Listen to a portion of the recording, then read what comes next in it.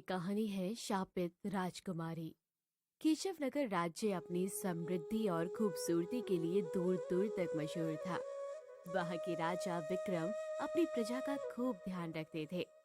उनकी एकलौती राजकुमारी सुलेखा अपनी अद्वितीय सुंदरता और बुद्धिमत्ता के लिए पूरे राज्य में जानी जाती थी। लेकिन उसके बारे में एक रहस्यमयी अफवाह पूरे राज्य में फैली हुई थी। कहा जाता था कि राजकुमारी शापित है।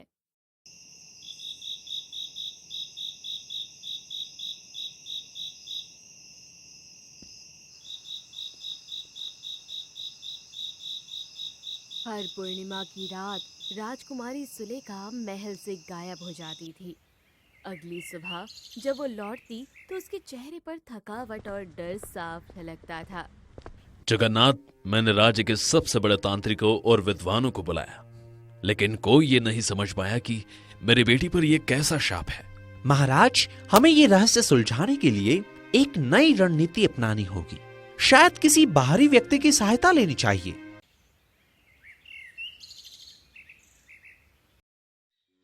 गांव में अर्जुन नाम का एक ईमानदार किसान रहता था। वो कड़ी मेहनत करता, लेकिन उनकी गरीबी खत्म होने का नाम नहीं लेती थी। अर्जुन का 20 वर्षीय बेटा स्वभाव से निडर था। उसकी माँ रुक्मणी परिवार को संभालने में मदद करती थी। अशोक, आज राजा विक्रम गांव के किसानों की समस्या सुनने आ रहे हैं। हमें अपनी बात उनके सामने रखनी चाहिए। पिताजी, ये सही मौका है।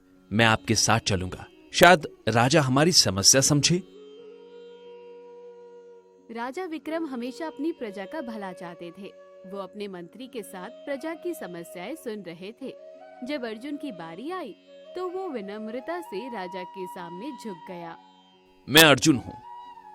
मेरे पास एक छोटा सा खेत है। मैं पूरी मेहनत करता हूं, लेकिन हमारी गरीबी खत्म नहीं होती। अगर हमें थोड़ा सहयोग मिले तो हम अपनी जिंदगी बदल सकते हैं। अर्जुन, तुम्हारी बातों में सच्चाई है। मैं तुम्हारी मदद करूंगा। तुम्हारे बेटे अशोक को राजमहल में नौकरी का प्रस्ताव देता हूं। वहां वो हमारे साथ काम करके अपने परिवार की हालत सुधार सकता है। ये हमारे लिए बहुत बड़ा अवसर है। अशोक, तुम्हें इस अवसर का लाभ उठाना चाहिए। महाराज, मैं पूरी ईमानदारी और मेहनत से काम करूंगा। ये मेरा वादा है। अशोक ने राजमहल में कदम रखा, जहां उसे अपनी नई जिम्मेदारियों का सामना करना था। उसे नहीं पता था कि ये यात्रा न केवल उसकी जिंदगी बल्कि पूरे राज्य के भाग्य को बदलने वाली थी।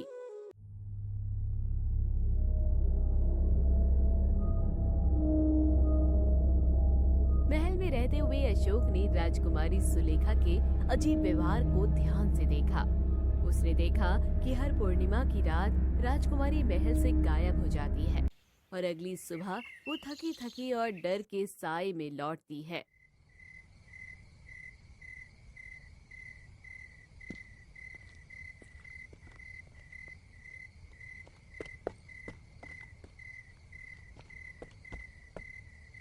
पूर्णिमा की रात ही क्यों राजकुमारी हमेशा गायब होती है? कुछ तो गड़बड़ है। मुझे पता लगाना होगा।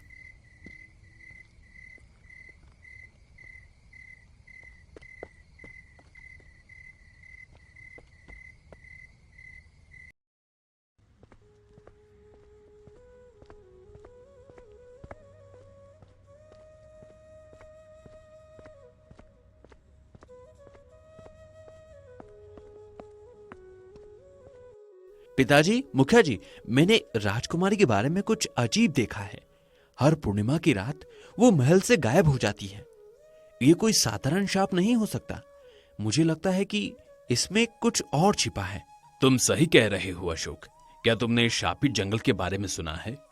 महल के पास एक ऐसा जंगल है जिसे शापित जंगल कहा जाता है।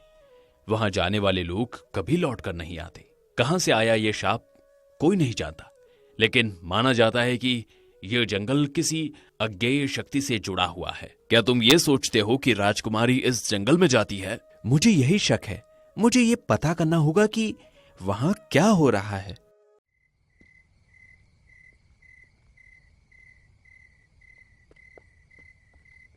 राजकुमारी सुलेखा, तुमसे जुड़ी ये रहस्यमय घटना किसी गहरे राज से जुड़ी है।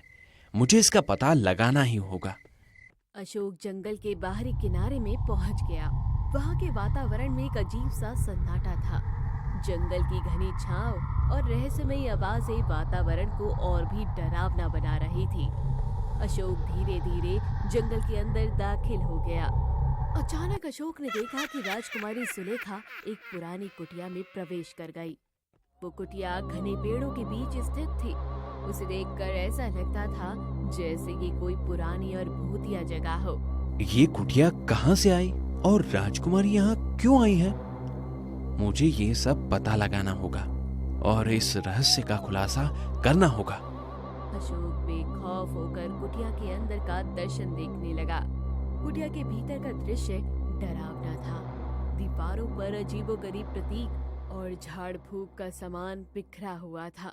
राजकुमारी सुलेखा एक चमकती हुई दहकती आग के पास बैठी थी और उसके सामने एक रहस्यमयी जादूगर मंत्र पढ़ रहा था। अशोक ने जो देखा वो उसकी कल्पना से परे था। जादूगर ने राजकुमारी सुलेखा को अपने जादू से नियंत्रित कर रखा था। उसकी आंखों में एक गहरा असर था, जैसे वो अपनी चेतना खो चुकी हो। ये जादूगर कौन है और उसने राजकुमारी को इस कदर अपने वश में कैसे कर लिया? तभी जादूगर तेज आवाज में हंसता हुआ बोला, राजा विक्रम ने मुझे अपराधी समझकर राज्य से बाहर निकाला था, लेकिन अब उनकी बेटी को अपना मोहरा बनाकर मैं पूरे राज्य को अपने वश में कर लूंगा। ये बदला केवल मेरी जीत से पूरा होगा।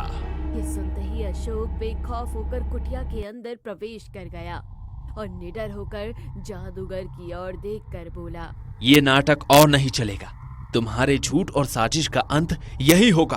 अशोक की बात सुनकर जादूगर क्रोधित अवस्था में अशोक की ओर देखकर बोला, मुझे सूचना मिल गई है कि राजा विक्रम ने अपने महल में एक नया युवक रखा है और मुझे ये भी सूचना मिली थी कि वो राजकुमारी सुलेखा के ऊपर नजर भी रख रहा है। ये सुनकर अशोक बुरी तरह से चौंक पड़ा। तुम कहना क्या चाहते हो? तुम्हें कैसे पता? तुम वैसे भी कुछ देर में मरने वाले हो, तो बेहतर है कि सच्चाई जानकर ही मरो। मूर्ख व्यक्ति, कोई भी जादूगर किसी को जब तक वश में नहीं कर सकता जब तक उसका कोई खास उससे कोई गद्दारी न करे। क्या कहना चाहते हो तुम? बरसों पहले राजा विक्रम ने मुझे अपने महल से अपमानित करके महल से धक्के देकर बाहर निकाल दिया था और मुझे अपराधी घोषित कर दिया था। राजा विक्रम नहीं जानता था कि मैं उसके ही मंत्री जगन्नाथ के लिए काम करता था। अपमानित होने के बाद मैं राजा विक्रम से बदला लेने की सोचने लगा और इस कार्य में मंत्री जगन्नाथ ने मेरी सहायता की। ये सुनकर अशोक बुरी तरह से चौंकता हुआ बोला, समझ गया। तो इसका मतलब यह है कि मंत्री जगन्नाथ गद्दार है। अशोक ने इतना ही कहा था कि तभी जादूगर उठकर खड़ा हो गया और उसने झोपड़ी में जलती हुई मशाल उठा ली और अशोक की ओर देखकर बोला, वैसे तो मैं चाहता तो तुझे अपने मंत्रों से ही जलाकर राख कर देता, लेकिन तुझ जैसे साधारण मनुष्य के लिए मुझे अपने मंत्र की शक्ति बर्बाद नहीं करनी। तुझे तो इस मशाल से जल रही आंख से ही जलाकर मार दूंगा। मगर अशोक जादूगर के दिमाग से कई ज्यादा फुर्तीला निकला। अशोक ने तुरंत उसकी मशाल उठा ली और जादूगर की ओर देखकर बोला, मूर्ख जादूगर, जब किसी को मारना हो तो बातें नहीं करते बल्कि मार देते हैं। इतना बोलकर अशोक ने वो जलती हुई मशाल जादूगर के ऊपर फेंक दी। अगले ही पल जादूगर के कपड़ों में आग लग गई। कुछ देर में आग पूरी तरह से फैलने लगी। तुमने मेरा खेल खत्म कर दिया, लेकिन मैं वापस आऊंगा। अगली सुबह अशोक राजकुमारी सुलेखा को लेकर महल पहुंच गया। राजकुमारी सुलेखा के साथ महल पहुंचकर राजा विक्रम चौंकते हुए अशोक से बोले, तुम राजकुमारी सुलेखा के साथ क्या कर रहे हो? अशोक राजा विक्रम को सारी घटना के बारे में बताते हुए बोला, महाराज, आपकी बेटी के ऊपर कोई शाप नहीं था, बल्कि वो एक जादूगर के वश में थी। अब वो पूरी तरह से सही हो चुकी है। तभी राजकुमारी सुलेखा विक्रम से बोली, अशोक सही कह रहा है पिताजी। अपने मंत्री जगन्नाथ को तुरंत गिरफ्तार करने का आदेश दीजिए महाराज, क्योंकि इसकी ही गद्दारी की वजह से राजकुमारी सुलेखा अब तक उस जादूगर के वश में थी। ये सुनकर राजा विक्रम बुरी तरह से और भी आग बबूला हो गया और मंत्री जगन्नाथ की ओर देखकर बोला, जगन्नाथ, तुम्हारी इस गद्दारी की सजा नरवासन होगी। तुम्हें इस राज्य से तुरंत बाहर कर दिया जाएगा।